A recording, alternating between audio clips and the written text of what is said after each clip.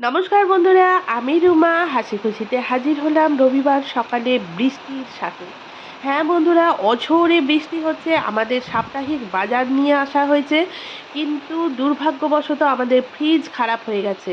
তাই সমস্ত কিছু আমাকে সাইজ করে রাখতে হচ্ছে। প্রথম যেটা কাজ, সেটা আমি সারা সপ্তাহের মাছগুলো ভাজতে দাঁড়িয়েছি। প্রথমে ভাজছি ইলিশ মাছ। ইলিশ মাছ সাধারণত আমি যখন রান্না করি তখন কাঁচা মাছেই রান্না করি।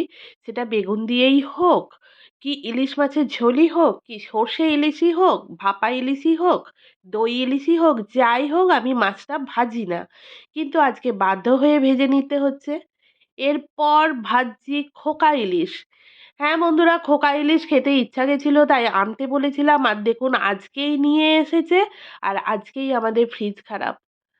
কিন্তু কিচ্ছু করার নেই, বর্ষার ওয়েদারে মাছ ভাজা ভালোই লাগে। তাই মাছগুলো আগে তো ভাজি, তারপরে দেখা যাবে কিছু আর অন্য কিছু রান্না করি কি না করি, শুধু মাছগুলোই ভাজা খাই কি না খাই। নেক্সট, এটা আপনারা চিনতে পারছেন? এটা হচ্ছে কালবোশ মাছ। কালবোশ মাছ আমার ভীষণ প্রিয় মাছ। মাছের ঝোল আমার খুব ভালো লাগে আলু দিয়ে, পটল দিয়ে, অথবা আলু দিয়ে ফুলকপি দিয়ে। কিন্তু সেইটা আর কবে করব, কি করে করব জানি না। এখন আপাতত মাছগুলো ভেজে রাখছি। তবে কালবোশ মাছ ভাজাও ভীষণ টেস্টি। আর এইরকম বর্ষার ওয়েদারে কালবোশ মাছ ভাজা, ওহ সত্যি।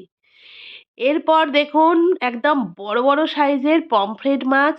সেটাকেও বেছে ধুয়ে আমি ভাজতে দিয়েছি।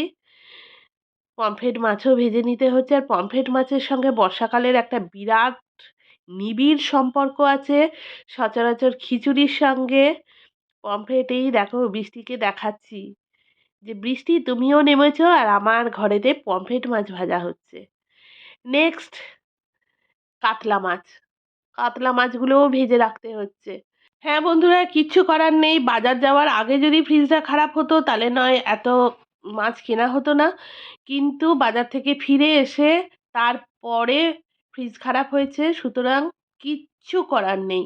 যেখান থেকে ফ্রিজ নিয়েছিলাম সেই ডিলারের কাছে ফোন করা হয়েছে, সার্ভিস দিয়ে যাবেন বলে বলেছেন। যদিও এখনও গ্যারান্টি পিরিয়ডের মধ্যেই আছে, এখনও 1 বছর হয়নি, তবু এত সুন্দর এত ভালো কোম্পানির ফ্রিজটা কী করে খারাপ হয়ে গেল সেটাই ভাবছি। দেখা যাক কি হয়।